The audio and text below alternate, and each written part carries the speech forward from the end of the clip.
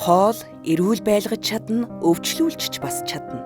Хэрхэн нь таны мэдлэг, сонголт, дадлын үр.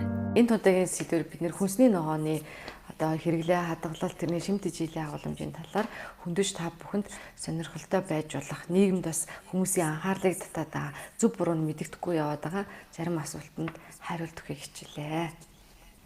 Хүнсний ногоог өдөр болгон хэрэглэхийн шалтгаан нь хүнсний ногооноос бид маш олон төрлийн амин дэм эрдэс бодисыг биологи идэвхт бодисыг хүнсний ногоо жимс жимсгнээс хүлээж авч яадаг. Ийм учраас бидний эрүүл мэндэд тэр хүнсний ногооноос дамжуулан авж байгаа амин дэм эрдэс бодисын агуул нь хамгийн чухал байгаа.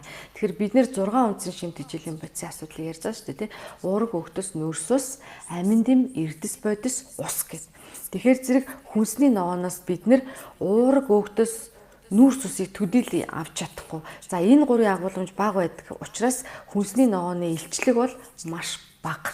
Ийм учраас бид нэр энэчнээс бага хэмжээний илчлэг, бага хэмжээний уурга, бага хэмжээний нүүрс усыг бол их усүр болгож бид нэр авч чадна. Харин хамгийн гол зүйл бол бид нэр юунаас хүнсний ногооноос олон төрлийн амин дэм, одоо Б-ийн төрлүүд, А амин дэм, полио хүчилгээд маш олон төрлийн амин дэм-үүдийг хүлээж авна.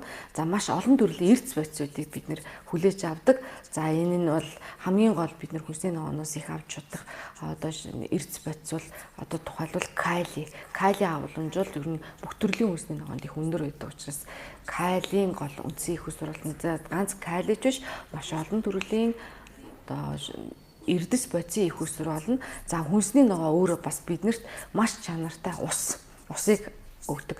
Тэгэхээр хүнсний ногооны өөрийн агуулмжийн дотор одоо тухайлбал 100 г хүнсний ногоо байлаа гэхэд яг нэр төрлөөсөө хамаарна л да. Луунд, бацаанд, шинцайн одоо цогор майлзад ингээ өөр байгаа ч гэсэн ер нь хүнсний ногоо бол нэг 87-8-аас 92-3% ус агуулж байгаа. Тэгэхээр энэ бол өөрөө бас их чанартай усны их усүр юм а гэж ойлгож